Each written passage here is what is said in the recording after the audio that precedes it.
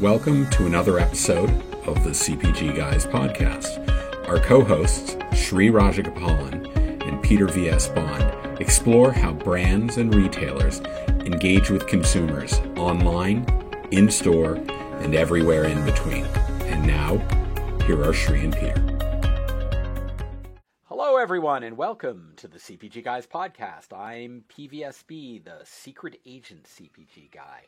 My domains of expertise revolve around content on the digital shelf, retail, customer data insights, CRM, and loyalty. And this is usually where I introduce my co-host, the superhero CPG guy. He is an expert at branding, D2C, unified commerce, retail media, and marketplaces. Unfortunately, Sri can't be with us today, so I'm going to fly solo, but I know we've got a really interesting episode for you this week. Before we get to our guest, I want to remind our audience that all of our content, including our series on profitability, our women's leadership series, where Sri and I were very proud to be able to contribute $8,000 to the Susan G. Komen Foundation, and our Q1 Founder Series from this year, and even links to our 1Q1A Instagram series that's got a lot of great people like Britton Ladd, Guru Hariharan from Commerce IQ, Michael Zakor, all of that. You can go all find that. It's a pretty cheap price. It's free, and it's available at cpgguys.com. And finally, we would also ask you, go on to LinkedIn and enter CPG Guys in the search box. And when you get to our page, click follow. We produce not only links to updates of our podcast, but all sorts of other content. Again, it's all free. We just want you to be able to connect with us, and it's a great place to also leave us some feedback. So please do that. Just go to and follow us on LinkedIn. We've got almost 5,400 people who started following us since we launched in June of last year, so it's pretty big. All right, to this week's episode. You may remember that in episode 33, Sri likes me to be really precise, not just say, oh, that episode back in October. He said, no, you got to get the number right. We released, as part of our Women's Leadership Series, a conversation we had with my friend and former colleague, Kathy Lewenberg, who is now the Chief Operating Officer at Drizly, the leading alcohol delivery marketplace platform. Drizly was in the news recently when it was announced that the company had been acquired by Uber. Very interesting combination. Buy alcohol, want to get it delivered to someone. Uber delivers people, now they deliver products. Brilliant, right? That was a good connection. And while our audience may well be familiar with the primary business unit of Drizly, they likely are not aware of Drizly's other emerging business unit known as Lantern. Lantern is an on-demand cannabis home delivery platform that provides legal, convenient access to cannabis dispensaries and their products. So here to speak with us about this very novel extension of the Drizly model is the president of Lantern. Please join me in welcoming to the CPG Guys podcast, Meredith Mahoney. Meredith, greetings. How you doing today? I am doing really well. Thanks for having me here. Oh, this is terrific because I obviously am so fascinated with the incredible successful growth of Drizly. And I know in my role at PowerViews, I have actually been in the background talking with some people at Lantern for quite some time about site experience, so I've been a little aware of this. But it's so great to actually see it out in public and everything that's going on. Before we get to the questions, our audience likes to follow along and research while they're listening. Can you first tell us where they can find more about Lantern online, and then give us a little brief overview of Lantern's business model? Yes, so our website is lanternnow.com, 2 N's, so really important, lanternnow.com. We are not on the App Store, so go to your web browser and put in Lantern Now. And there's also a lot of news and press on us, so check out anything you find there, searching Lantern Cannabis. I'm really glad that you brought up Drizly because Lantern was incubated within the Drizly kind of ecosphere. 2 of the 3 founders that were still in the Drizly business conceived Lantern. One of those is actually peeled off and is working with me on the Lantern business today. So really exciting. Lantern is essentially the Drizly model for cannabis, although there's a lot of differences between alcohol and cannabis. You can really think of it as kind of the Drizly of cannabis. We're an e-commerce marketplace and delivery platform that connects cannabis consumers to licensed dispensaries. And that way, customers can shop product first, which doesn't actually exist out there in the market right now. They can find what they like, they can find the best price, they can discover new products, and then they can have them delivered to their door with technology backing it that can enable those deliveries to be in as little as under 10 minutes in certain markets. So you're getting it on demand when you want it. And what we're hoping to build is an experience that is better than the dispensary. And a lot of the technology that we use is powered by the Drizly Foundation. But we've since, spent the last year and a half building our own customized technology that's specific to cannabis. That is great, and that's a great overview to start us on. Meredith, I think you know about the CPG Guys podcast. We're about education and learning how the sausage is made. So we're going to start decomposing what you talked about and really help our audience understand what's the magic behind the mystique that's being created, right? So let's get right into the questions. So I know that you spent a good part of your career prior to Lantern working on direct-to-consumer businesses, some big notable stints at like Wayfair, which is a familiar online merchant for furnishing, decor, home improvement, housewares. Everybody knows. I can't get the jingle out of my head, right? But what about Lantern drew you to this opportunity and the idea of entering this emerging and intriguing market vertical?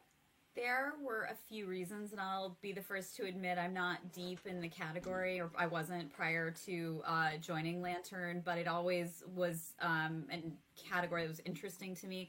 I think a thread that's gone through my career in my direct-to-consumer businesses is that I've joined organizations that are trying to solve a hard consumer problem. So when I joined Wayfair, it was all about, like, how do you get customers to feel confident in buying large furniture online, and then how do you get it to them? It seems really easy today, but back in 2010 when I joined, that was still something that customers weren't comfortable doing. After Wayfair, I ran a small beauty startup, and our focus was non-toxic, natural, clean beauty, which is a really emerging part of that part of the beauty category. But it was hard to understand why it was more expensive. The formats were different than women and men were used to using. So there's just a lot of education and messaging that you had to get right.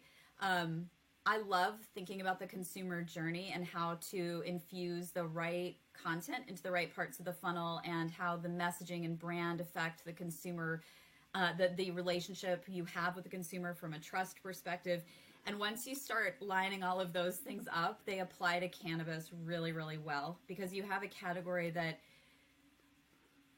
has only really been legal for less than 10 years. And if you think about alcohol has been legal for, 80, 100 years, and cannabis is just at the forefront of being legal. It's not even legal in certain parts of the country, and at the federal level, not legal. So being able to be part of the cannabis industry at this point in its trajectory, with the backing of Drizly and the experience I have, I felt like it would just be a really great combination to be able to lead thinking, destigmatize the experience, and then bring this category to a lot of consumers that are starting to enter the market.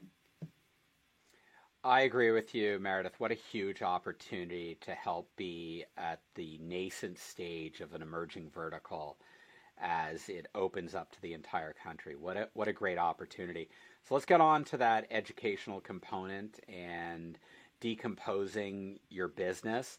I want to understand, what are the services and capability that Lantern is providing, including the supply chain partnerships. I guess my big question I love to ask is, looking at what you are you a software company? Are you a delivery service? Are you both? Are you more? What's going on there? This is a loaded question, because it's very important in cannabis to know whether you are a plant-touching company or whether you're a non-plant-touching company. And what plant-touching means is literally touching the product, whether you grow it, produce it, or move it, or sell it in a retail store.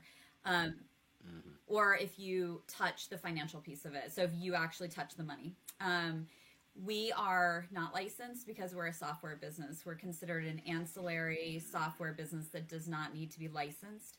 However, I see Lantern while it's a very technology first company and we have to be, I see it more as a way for consumers to shop for cannabis in a way that's new to cannabis, but that is the norm in every other consumer category. So if you think about how, you shop for anything that's not cannabis, you're shopping in marketplaces.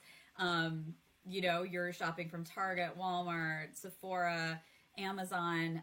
You're rarely going direct to a brand to buy a product. There's obviously exceptions, but that experience actually doesn't exist in cannabis today. And the reason that is because the regulations around third-party tech, e-commerce, and delivery have actually lagged far behind in adult use legal states. And so there hasn't really been the opportunity from a regulatory standpoint to build experiences like Lantern. So technically technology and software, but we really influence the full supply chain. So we are partnering with licensed dispensaries, licensed cannabis brands, and then licensed third-party delivery services. And while we don't own those licenses or necessarily have those contracts, we do with some, not with others, all of those pieces contribute to the end-to-end order experience. And so we, Lantern, need to make sure that they're really smooth and working well and operationally sound. So we're really, really involved in dispensary operations, 3PD operations, and then the way that brands are presenting their product information and the imagery, everything you can imagine from the brands, we're all over as well. You mentioned the brand aspect. We're going to get to that because that's another thing that really interests me. But let's get back to the money because you talked about that aspect of it. I've come to know Drizly in my operations. I always find it fascinating how Drizly was able to avoid the restrictions associated with the 3-tier system. People don't understand that when they go to buy Drizly, that they may think they're paying Drizly, but Drizly is just connecting to the merchant system of the individual retailers that are conducting the actual purchase transaction and then delivering the product. So, what fascinates me about Lantern is kind of this added element, and this is what I mean by that. I remember all the publicity around the introduction of cannabis in Colorado. And what was highly publicized was the banking and payment industries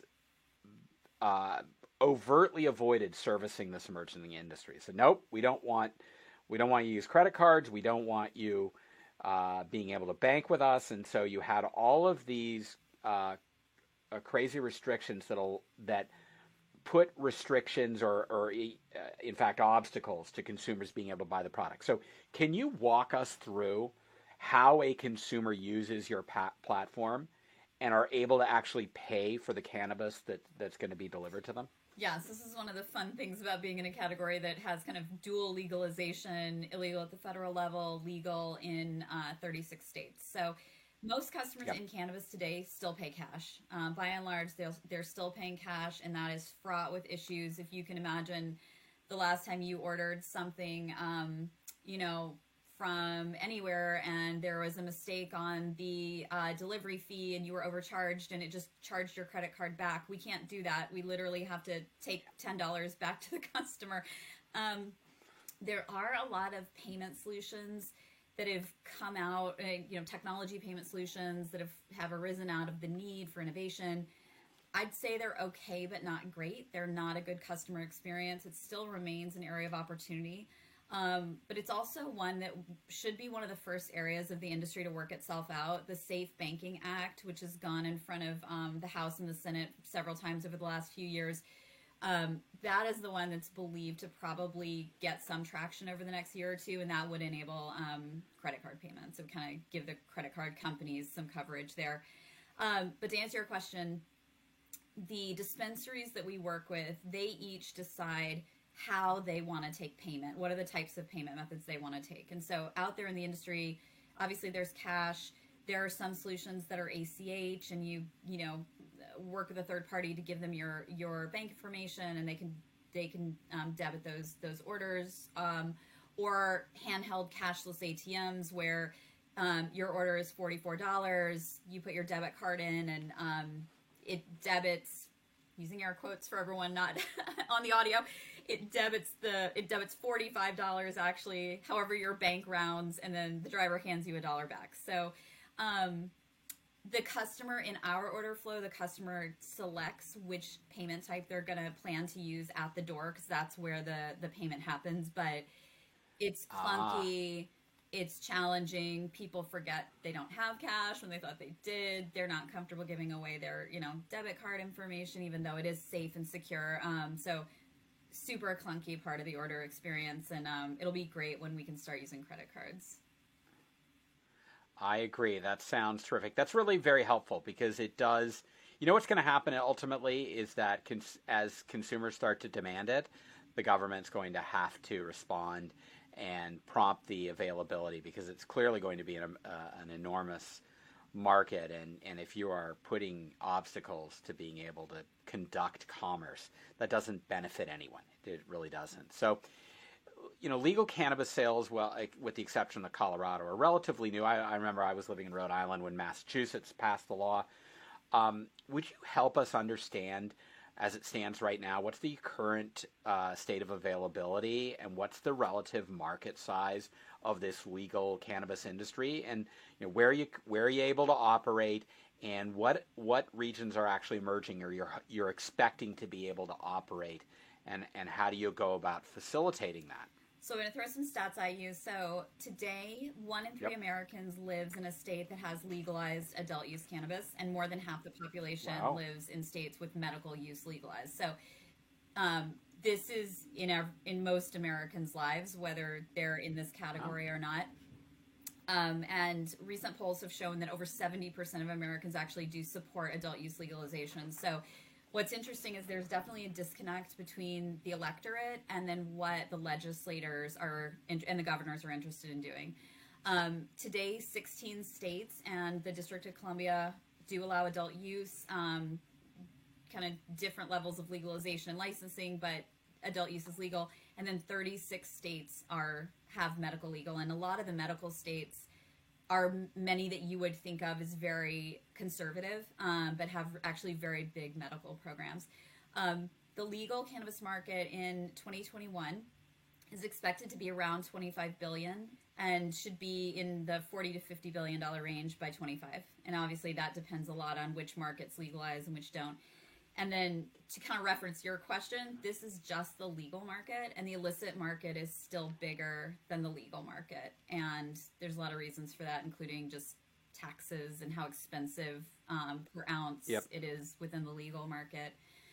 What's interesting about what we do is that our business is based on the idea that people want to have cannabis delivered. And so even though there's 16 states that have adult use consumption legal, there's only 4 states that actually have adult use delivery legal. So we can actually only today operate in 4 states. We're operational in 2, Michigan and Colorado. Massachusetts is just about to license the first delivery licenses, so that will be coming up in the next, I'd say, 6 weeks. And then what's great is that some of the newer states that are just that have just had ballot initiatives or just had the legislatures approve adult use, and now they're going through their regulatory activities, they are contemplating and including delivery in their regulatory process. Where to watch the Northeast. That is where most of the action is going to be happening, the Northeast and the Mid-Atlantic. So as I said, Massachusetts has been legal for 4 or 5 years. Maine, just started licensing in the last year, the first recreational dispensaries. Connecticut's one to watch. That should be coming up soon. New York and New Jersey made huge news in the last few months. New York will take a while to become operational, but that should be the second biggest market in the U.S. after California.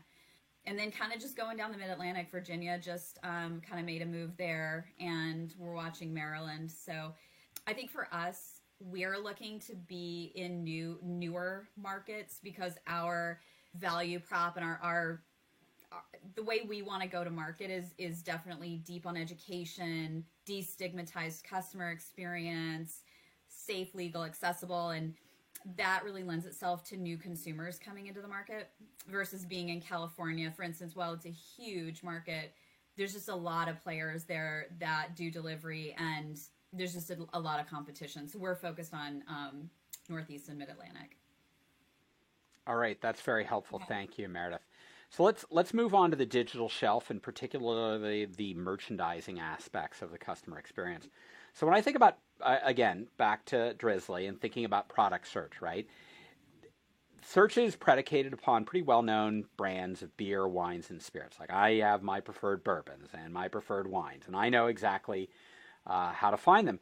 So my question to you is, I may be wrong, but I'm not aware that these structures exist in cannabis. I probably am wrong, but that's why I'm asking you. So how do you go about establishing a product hierarchy and content that makes your offerings more discoverable to users? I mean, how do you focus on ultimately executing a superior customer experience, perhaps even better than what the dispensaries themselves may have on sites that they're managing?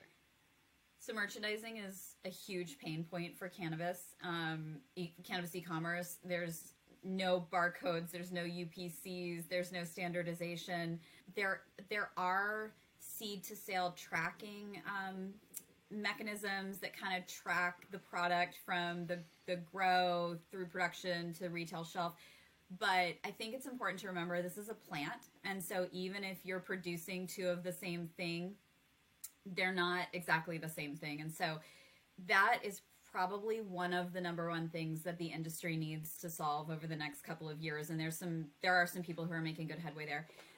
But with regard to how we do the catalog hierarchy, frankly, we hired someone who was a former dispensary manager and a bud tender, and she just has very deep knowledge of how the customer shops. And what you have to do is you have to create a hierarchy that's flexible, because different people shop different ways depending on what markets they're in, and then also where they are in their cannabis journey. So if you're, a regular user, you always use flower, you always like a certain strain, you're going for price and like how quickly you can get it delivered. If you're newer to market, you may not even know where to start. So we need to enable that product discovery and really make sure you feel confident about your decision. And then there's people that maybe on either ends of that spectrum and or in the middle, and they're just interested in new brands and like what's new to market. Cannabis infused beverages right now are really trendy and are getting a lot of press. And so, how do you make sure people can find those? That's not unlike other e-commerce businesses or marketplaces where you're just trying to always like give the consumer something new to think about and be exciting. I actually think that it's not hard for us to be better than the dispensary experience. The dispensary experience is interesting because there's a lot of regulation around your experience, the experience they can provide. So there's almost always security guards standing outside. There's a waiting area where you don't see anything except someone taking your ID. You have to wait. Then you have to go show your ID again, usually to even get back to where you can buy product. In certain states, you can't even see the product. You see like this bad laminated menu thing. There's no time to talk to a bud tender about discovery or what's new, because you got a line behind you. So, our vision of this is that, if you come to Lantern, all of the information you would get from that dispensary experience is there, but you can take your time and you can compare, and you can really learn and not kind of be rushed through the whole experience. Like I've said this a few minutes ago, but instilling confidence in the purchase is more important in this category than anything else. You're putting it in your body, and people typically don't know a lot about this category, so that's what our job is. For those in our audience who lived in the Great White Northern Province of Ontario during the 70s and 80s, the dispensary experience that she described, that's Brewers Retail. It was a room you walked into, you had a list of beer on the wall, and you'd buy it, and all of a sudden it would come out on a conveyor belt. Not a great user experience. So yeah, you can improve greatly. That's really helpful. Also, I want to thank you, Meredith, for you're throwing out these new industry terms like I heard seed to sale, that's kind of farm to table, and then a bud tender as opposed to a bartender. I love this. This is all fascinating for me. So thank you for this. And that's what we're about here, right? We're trying to educate our audience about this vertical and how consumers engage with it. So we talked a little bit about the fact that Lantern was incubated in Drizzly. Can you share with us any particular benefits that Lantern gets from being part of the Drizzly ecosystem from a resource and capability perspective? Yeah, so there's all the tangible, functional areas that we share. So we share finance, we share HR and people operations.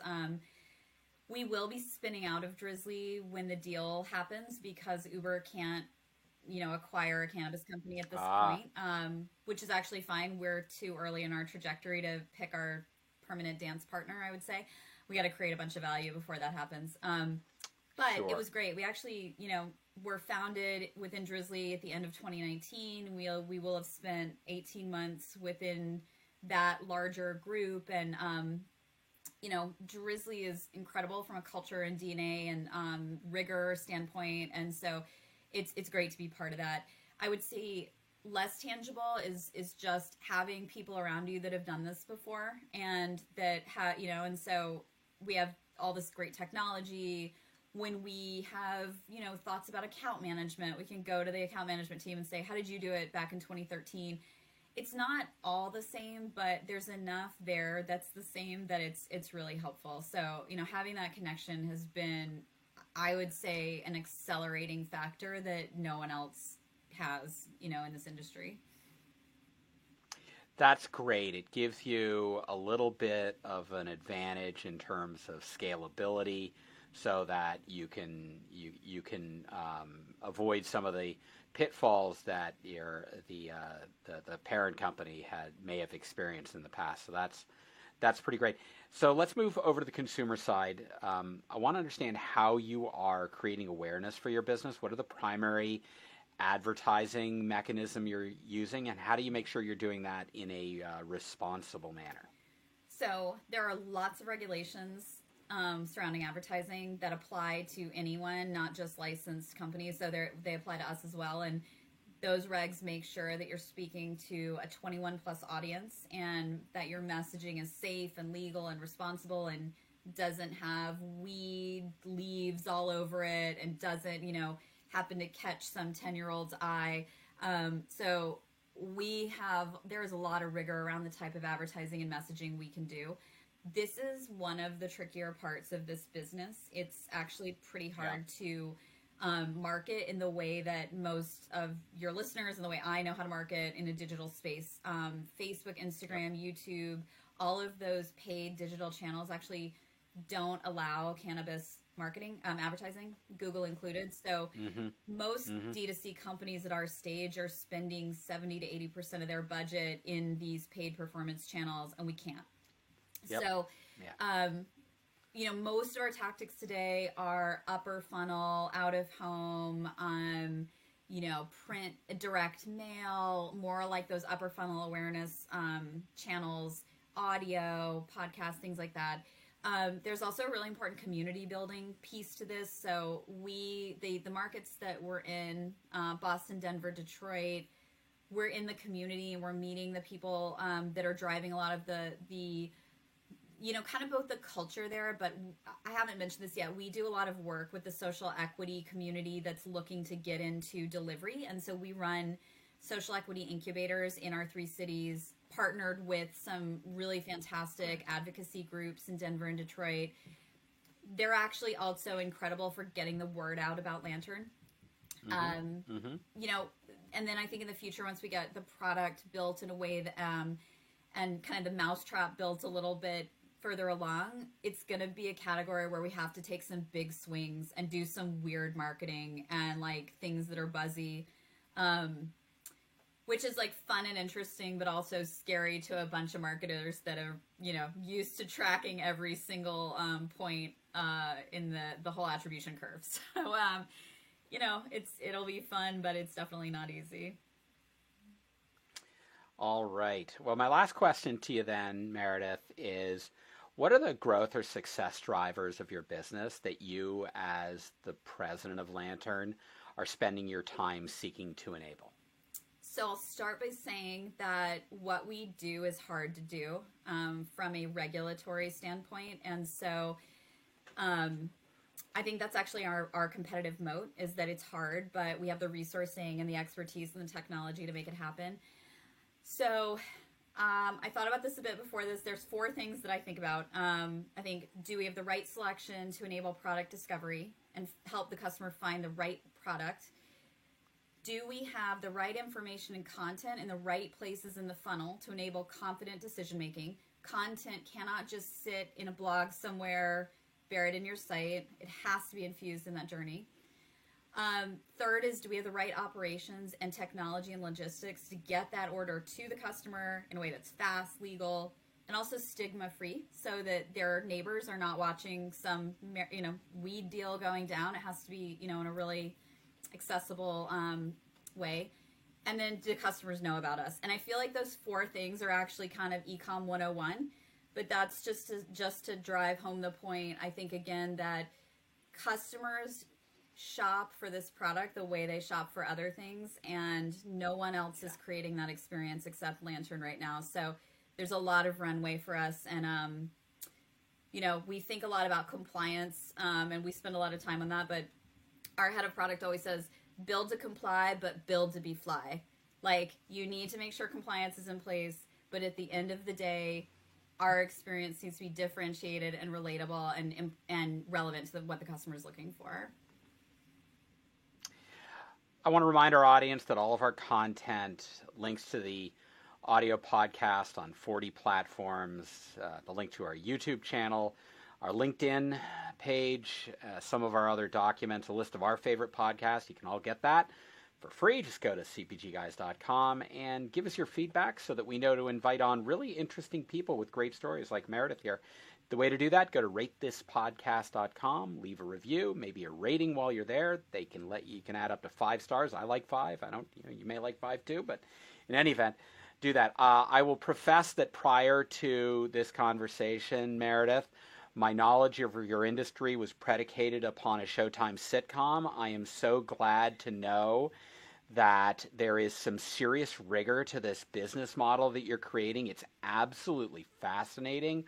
I love how you are focusing on the CX, the supply chain, working through just a myriad of issues. Absolutely fascinating. I'm going to put a link to lanternnow.com in the liner notes of this podcast so that people can find that. I'll also put a link to your LinkedIn profile so people can learn a little bit more about you. I want to thank you so much for coming on and teaching us all about the legal cannabis delivery business and learning more about Lantern Now. Thank you, Meredith. Thank you for the opportunity. It's really fun to talk about, and glad I was able to bring something new to the table in terms of category information. So thank you. This is just terrific. What a great conversation. Sorry, Shri couldn't join us today, but he's going to be listening to this along with our audience, and that'll be great. So to our audience, I want to say thank you for joining us, and we look forward to having you for the next episode of the CPG Guys podcast. Goodbye.